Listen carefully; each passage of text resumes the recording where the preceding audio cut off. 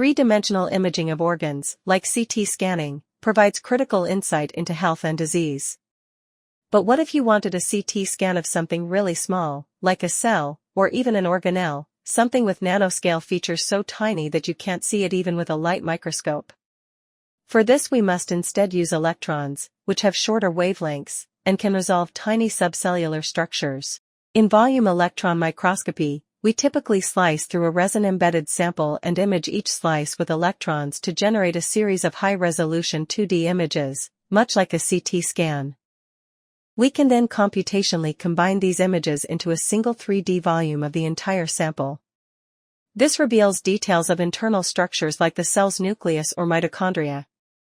Features that are difficult to accurately image with traditional microscopy can now be captured in 3D and at high resolutions, revealing new and unexpected biological structures and mechanisms. By visualizing cells in their entirety, in 3D and at high resolutions, volume electron microscopy is enabling discoveries in a variety of fields, including cancer, heart disease, brain science, and aging, transforming biological research around the world.